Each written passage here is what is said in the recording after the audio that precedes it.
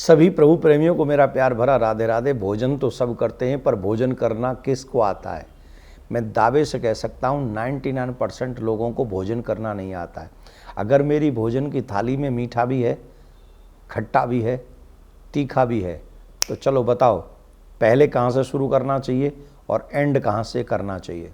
और एक बात सुन लो, ये सबको समझना चाहिए, भोजन करने की विधि जिसको आती है वो लॉन्ग टाइम तक बलवान रह सकता है और लॉन्ग टाइम तक आरोग्य प्राप्त कर सकता है, वो बीमार नहीं पड़ेगा अगर उसे भोजन का सही तरीका पता हो। ये छोटी छोटी बातें हैं और मैं अपने आप से नहीं कह रहा हूँ, पुराणों का प्रमाण दे रहा हूँ मैं आपको।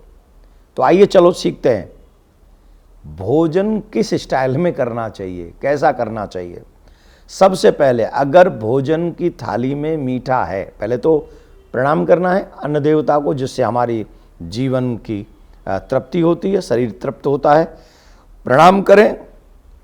और अगर भोजन की थाली में मीठा है, खट्टा है, तीखा है, तो ध्यान से सुनिए, हमें पहले मीठे पदार्थ से भोजन प्रारंभ करना चाहिए, उसके बाद में नमकीन खाना चाहिए, मतलब थोड़ा जिसमें नमक अधिक हो, या उसके बाद में खट्टा खाना चाहिए।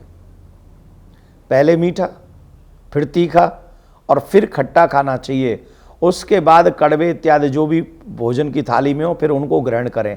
पहले रसदार चीज़ें खाए, बीच में गरिष्ठ चीज़ें खाए और अंत में पुनः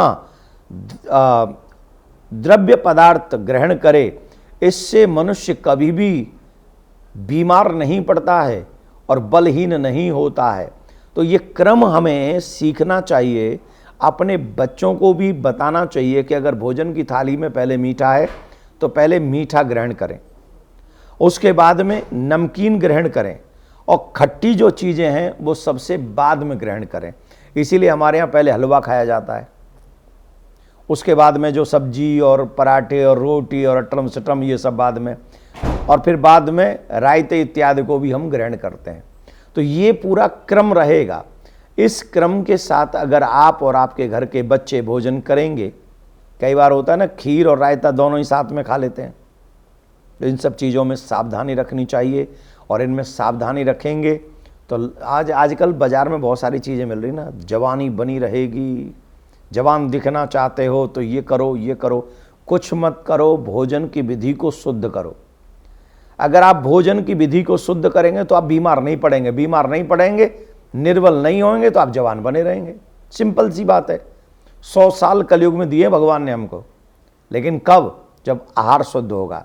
तो प्लीज़ अपने बच्चों को भोजन करने की विधि भी बताइए, जिससे आपके बच्चे बलवान हों और रोग से मुक्त रहें। रोग से मुक्त रहे, बलवान बने रहे तो वो 80 साल तक तो जवान बने ही रहेंगे। प्रत्येक सनातनी के घर की ये समस्या है ऑलमोस्ट, जिनके घरों में छोटे छोटे बच्चे हैं, या छोटे नहीं, कई तो जिनके घरों में मोटे मोटे हस्बैंड भी हैं, उनकी ये नॉर्मल समस्या है। भोजन करते समय जो लोग नाक मुंह सकोड़ते हैं उनको सावधान हो जाना चाहिए।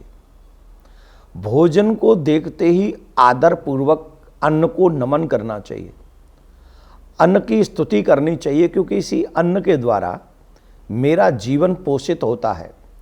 जो व्यक्ति अन्न को आदर सहित ग्रहण करता है उसका तेज और उसका बल दोनों ही बढ़ता है।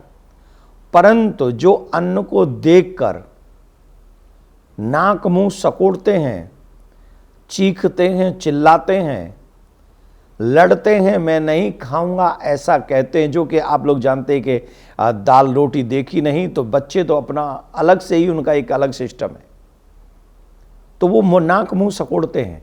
और ये कितना प्रभाव गलत छोड़ता है हम सोच नहीं सकते। कभी जो लोग निंदा करते हैं ना अन्न की या भोजन की, जब सामने थाली आ जाती है, जो व्यक्ति अन्न की निंदा करता है, भोजन की निंदा करता है, उसका तेज और उसका वीर्य दोनों ही समाप्त हो जाते हैं। इसलिए गलती से भी हमें भोजन का अपमान नहीं करना चाहिए, नाक मुंह नहीं सकोड़ना चाहिए। सावधानी से जैसा भी भोजन थाली में आ जाए आदर पूर्वक प्रणाम करके, स्तुति करके, क्योंकि वो अन्न भी भगवान का रूप है, प्रणाम करके उसे ग्रहण करना चाहिए। इससे यह भोजन हमारे जीवन में तेज और बल की ऊर्जा को प्रदान करता है और तेज बल में वृद्धि होती है। तो ये बात अपने बच्चों को अवश्य सुनाएं और माता बहन अपने घर के हर पुरुष को, बच्चे को भी सुनाएं, जिससे अन्न का आदर करके वह अन्न का आदर करके ग्रहण करें और भगवान उनके ऊपर कृपा करें।